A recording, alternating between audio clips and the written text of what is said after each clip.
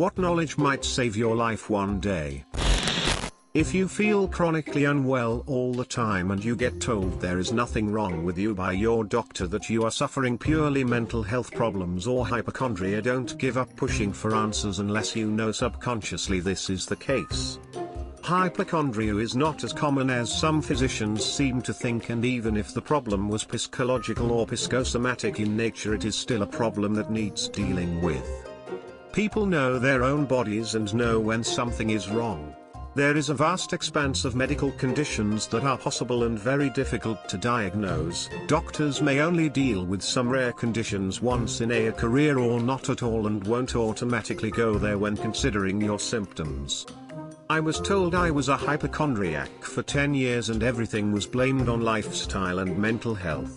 I went from the youngest international shipping director in my sector to practically bedbound and in terrible health and distress over 2 months at 21, and was told nothing was wrong for the next 10 years.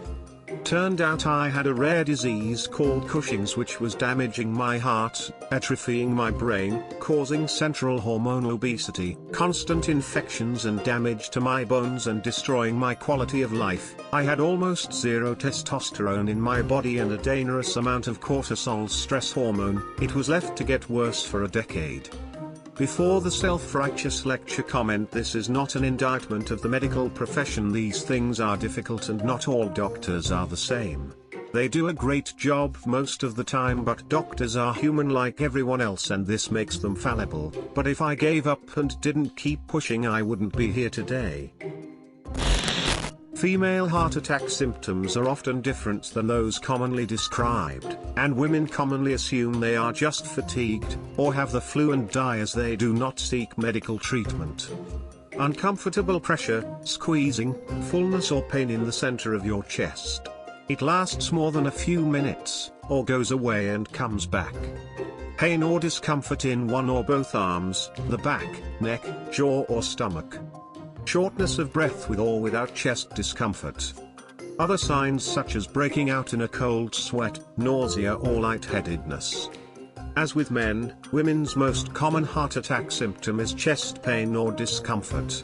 But women are somewhat more likely than men to experience some of the other common symptoms, particularly shortness of breath, nausea/vomiting and back or jaw pain. Women are more likely to lack chest pain. Instead, they may experience shortness of breath, pressure or pain in the lower chest or upper abdomen, dizziness, lightheadedness or fainting, upper back pressure or extreme fatigue. If you or a woman you know is fatigued, out of breath, has jaw pain and neck tension, feels nauseous, etc., they may be suffering a heart attack. Chest and left arm pain is not a universal symptom. Edit: panic attack symptoms often mimic heart attack symptoms. If you have chronic incidents where it feels you are having a heart attack, especially if you are cleared by an EKG or a cardiologist, it is possible anxiety is the true source.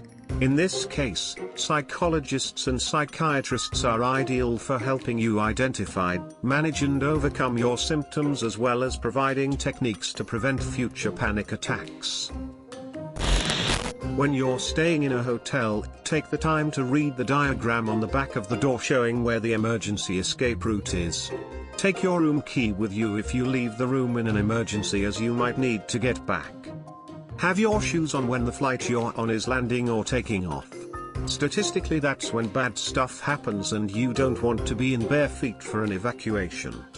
If someone is choking, ask them, "Are you choking?" Bear with me. If they can answer you, they're not choking. If they can't, you can go straight to the Heimlich maneuver. If you're accidentally poisoned with methanol, ethanol is an effective treatment as medical help isn't immediately available. Don't get the drinks from the same place that poisoned you in the first place. In Australia, you can always make calls to 000 regardless of whether you have signal/credit. Your mobile will use any available network to connect you. Edit: you will also connect to emergency services if you ring 911 999. Edit 2, I did not include all countries as I was not completely sure if it does work in all countries. And those people saying about the outback, yes, your mobile won't work out there at all because there is fuck all out there. If you are going to the outback, please make sure you are adequately prepared for an emergency, because even if by some miracle your call gets through, it would be hours before emergency services could get to you. If a person asks you for something in the street, a light, the time, whatever, always keep the person in your eye line. So if they ask for the time, don't just look down at your watch. Raise your arm slightly so your watch is in sight. I was told this years ago at a self-defense thing at a corporate retreat type of event, and I wondered if it was ever going to be useful or just something to pad out the teacher's session. Then, a decade later, I was on the street late at night on my way home, and someone approached me and asked for the time. I did this, told him the time, and he just kinda stood there. Then he started asking some weird, clearly improvised, question about how he was looking for his friend's house, and he was sure it was on that street, and he had a yellow car similar to the one behind me. I didn't look back but just said, "Yeah, yellow," and he pointed directly behind me. I said, "Yeah, the yellow car, I saw it as I walked by, so?" He paused for a second, looking like that meme of the woman with the equations around her head, then just yelled "O-F-C-K-U," and stormed off. It was only afterwards I realized that I think he wanted me to look away so he could slug me, but he wasn't prepared to attack someone that was looking right at him.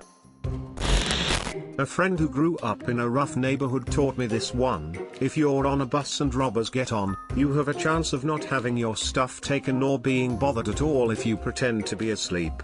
For all that it's scary for the passengers when one or two fuckers with guns climb on a bus, it's also stressful AF for the robbers. They have to keep their eyes on a lot of people at once to prevent anyone from calling the police, prevent the driver from signaling distress somehow, and prevent all passengers from reacting in dangerous ways. If you're asleep, that's one person less for a robber to manage, so they may not bother to wake you up and have another wild card to deal with, just to get your phone and wallet.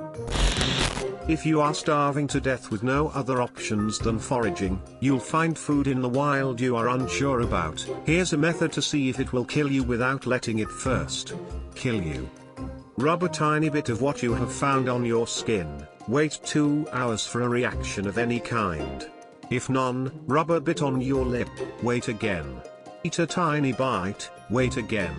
If not sick after a few hours, eat small amounts. This is only if you are out of all other options, and basically how our ancestors figured out what's edible. Interestingly, edible foods tend to appear the grossest looking, hardest to obtain / reach, or dangerous needles etc., while the easy / colorful ones are poisonous. Also, often the roots of plants are 10x as nutritious and plentiful / filling than what you see above ground. I am just a normal guy, no expert. Hopefully others can confirm / criticize this advice. Finally, always boil or cook things when possible. Take hot charcoals and put in / onto a log, burn out a hole, fill with water, place a heated rock in water, boom, purify dish boiled water with no pot. Ash won't hurt you. If you're unsure about the movement of a tornado, put a straight object such as a tree or a street light in between you and the tornado. It'll make it way easier to see which way the tornado is moving. If the tornado appears to not be moving, it's coming right at you. Edit: usually the only reference you will have is the width. If it doesn't appear to be moving but is getting wider, it's coming towards you. At which point you want to move perpendicular to its movement. Thank you /start_ button for clearing that up. In my experience, the easiest way to check if the tornado is getting wider is using an object such as a light post. Learn a little bit about what is bulletproof / knife proof. With shootings / stabbings happening daily around the world regardless of an area's laws, it's good information. People assume that things like cars are safe to hide behind, when in reality one of the smallest bullets out there, the .22 can go through 2 modern-day car doors. That sounds impossible to stop, but then one school textbook will stop the same bullet. It's all about the material of the bullet and how kinetic energy reacts once enough pressure is applied. I researched this pretty extensively after joining the military, so if anyone is curious I can discuss it in a bit more depth. The knowledge is interesting and I've taught and shown people in-person examples. People always seem surprised and I hope they never are in a situation where the information is important. From Australia, lost/broken down in the desert. Stay with your car. It's easier for rescuers to find a car than a person. Dig a space under the car and lay there during the day. The sand about 10 centimeters, 1 foot-ish, down will be cool. Don't come out until the sun goes down. If you do leave the car, don't leave a sign for rescuers as to which way you went, an arrow made out of sticks or car parts, etc. If you do leave your car, don't travel at night. Wait as long as you can after the sun sets to allow your eyes to accumulate with the dark before you set off. Find somewhere that will provide complete shade before sunrise, not partial shade or good shade. You need complete shade. When suffering from extreme dehydration and you find water, but not actual rescue, don't sleep until you pee. Temptation will be to drink a heap of water and then lie down under a tree. Don't. You're still dehydrated. Keep drinking water until you pee. When you pee, your body has decided it has enough water to let some out. Now you can have a nap. Do it under something that will provide complete shade when you wake up. Never, ever, go to the second location. I'm sure other people have said something similar to this already, but this is really important. If you get taken to the second location, your chances of making it out alive reduces to almost zero. If someone tries to kidnap you, do whatever you can to get them off you. Scream, kick, whatever. Your aim is to knock them out, hell, to kill them. The more of a fight you put up and the longer you stall, the more likely it is they will give up and leave. If you do get taken, make a trail. If you can, drop small items like a watch or earring periodically, and if you are in a vehicle, spit around the place, pull out pieces of your hair, wipe your blood on stuff. Basically put down as much DNA as you can.